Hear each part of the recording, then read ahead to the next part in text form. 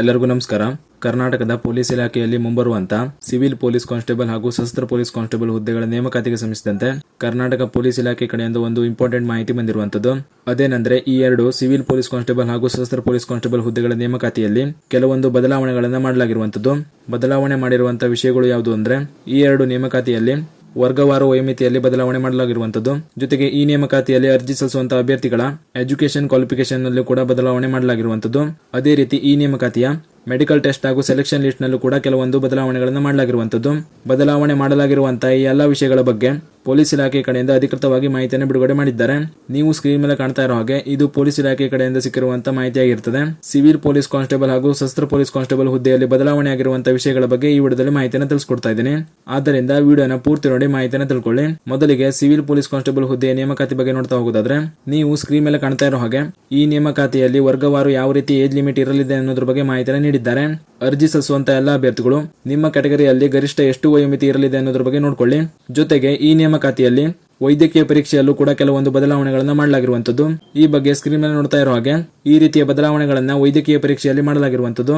ಅದೇ ರೀತಿ ಈ ನೇಮಕಾತಿಯಲ್ಲಿ ಸೆಲೆಕ್ಷನ್ ಲಿಸ್ಟ್ ಹಾಗೂ ಅಪಾಯಿಂಟ್ಮೆಂಟ್ ಆರ್ಡರ್ ಬಗ್ಗೆ ಕೂಡ ಕೆಲವೊಂದು ಬದಲಾವಣೆಗಳನ್ನು ಮಾಡಲಾಗಿರುವಂತದ್ದು. ಈ ಬಗ್ಗೆ ಕೂಡ ನೀವು ಬದಲಾವಣೆ ಆಗಿರುವಂತಹ ಮಾಹಿತಿಯನ್ನ ಇಲ್ಲಿ ನೋಡ್ತಾ ಇರಬಹುದು. ಹೀಗೆ ಸಿವಿಲ್ ಪೊಲೀಸ್ ಕಾನ್ಸ್ಟೇಬಲ್ ಹುದ್ದೆಯ ನೇಮಕಾತಿಯಲ್ಲಿ ಈ ರೀತಿಯ ಕೆಲವು ಬದಲಾವಣೆಗಳನ್ನು ಮಾಡಲಾಗಿದೆ. ಅದೇ ರೀತಿ ಸಶಸ್ತ್ರ ಪೊಲೀಸ್ ಕಾನ್ಸ್ಟೇಬಲ್ ಹುದ್ದೆಯ ನೇಮಕಾತಿ ಬಗ್ಗೆ ನೋಡ್ತಾ ಹೋಗೋದಾದ್ರೆ ಇಲ್ಲಿ ಕೂಡ ನೋಡ್ತಾ ಇರಬಹುದು ನೀವು ಈ ನೇಮಕಾತಿಯಲ್ಲಿ ಈ ರೀತಿ ಕ್ಯಾಟಗರಿ ವೈಸ್ ಏಜ್ ಲಿಮಿಟ್ ನ ನಿಗದಿಪಡಿಸಲಾಗಿರುವಂತದ್ದು. ನಿಮ್ಮ ಕ್ಯಾಟಗರಿಯಲ್ಲಿ ನಿಗದಿಪಡಿಸಿರುವಂತಹ ಏಜ್ ಬಗ್ಗೆ ನೋಡ್ಕೊಳ್ಳಿ.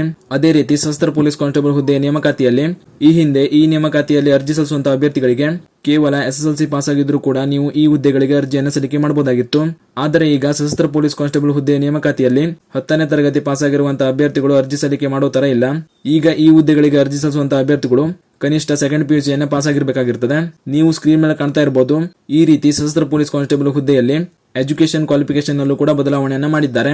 ನಂತರ ಈ ನೇಮಕಾತಿಯಲ್ಲೂ ಕೂಡ ಮೆಡಿಕಲ್ ಟೆಸ್ಟ್ ಹಾಗೂ ಸೆಲೆಕ್ಷನ್ ಲಿಸ್ಟ್ ನಲ್ಲೂ ಕೂಡ ಕೆಲವೊಂದು ಬದಲಾವಣೆಗಳನ್ನ ಮಾಡಲಾಗಿದೆ. ಈ ಬಗ್ಗೆ ಈ ನೋಟಿಸ್ ನಲ್ಲಿ ಸಂಪೂರ್ಣ ಮಾಹಿತಿಯನ್ನು ನೀಡಲಾಗಿದೆ. ಅರ್ಜಿ ಸಲ್ಲಿಸಲು ಬಯಸುವಂತಹ ಅಭ್ಯರ್ಥಿಗಳು ಈ ನೋಟಿಸ್ ನ ನಮ್ಮ ಟೆಲಿಗ್ರಾಮ್ ಚಾನಲ್ ನಿಂದ ಡೌನ್ಲೋಡ್ ಮಾಡಿ ಈ ಎರಡು ನೇಮಕಾತಿಯಲ್ಲಿ ಆಗಿರುವಂತಹ ಬದಲಾವಣೆಗಳ ಬಗ್ಗೆ ಮಾಹಿತಿಯನ್ನು ನೋಡ್ಕೊಳ್ಬಹುದು. ಟೆಲಿಗ್ರಾಮ್ ಲಿಂಕ್ ನಾನು ಡಿಸ್ಕ್ರಿಪ್ಷನ್ ನಲ್ಲಿ ಹಾಕಿರ್ತೀನಿ, ನೋಡ್ಕೊಳ್ಳಿ. ಇದಿಷ್ಟು ಪೊಲೀಸ್ ಇಲಾಖೆಯಲ್ಲಿ ಮುಂಬರುವಂತಹ ಈ ಎರಡು ನೇಮಕಾತಿ ಬಗ್ಗೆ ಮಾಹಿತಿಯಾಗಿತ್ತು. ಈ ಮಾಹಿತಿಯನ್ನು ಅರ್ಜಿ ಸಲ್ಲಿಸಲು ಬಯಸುವಂತ ನಿಮ್ಮ ಸ್ನೇಹಿತರು ಶೇರ್ ಮಾಡಿ, ಅವರು ಕೂಡ ತಿಳಿಸಿ. ಹಾಗೂ ಇದೇ ರೀತಿ ಪೊಲೀಸ್ ಇಲಾಖೆಯ ನೇಮಕಾತಿಗೆ ಸಂಬಂಧಿಸಿದಂತೆ ಮುಂಬರುವ ಮಾಹಿತಿಗಳಿಗಾಗಿ ಚಾನಲ್ ನ ಸಬ್ಸ್ಕ್ರೈಬ್ ಮಾಡಿ ಅಂತ ಹೇಳ್ತಾ ಈ ವಿಡಿಯೋ ಇಲ್ಲಿಗೆ ಮುಗಿಸ್ತಾ ಇದ್ದೀನಿ. ಧನ್ಯವಾದಗಳು.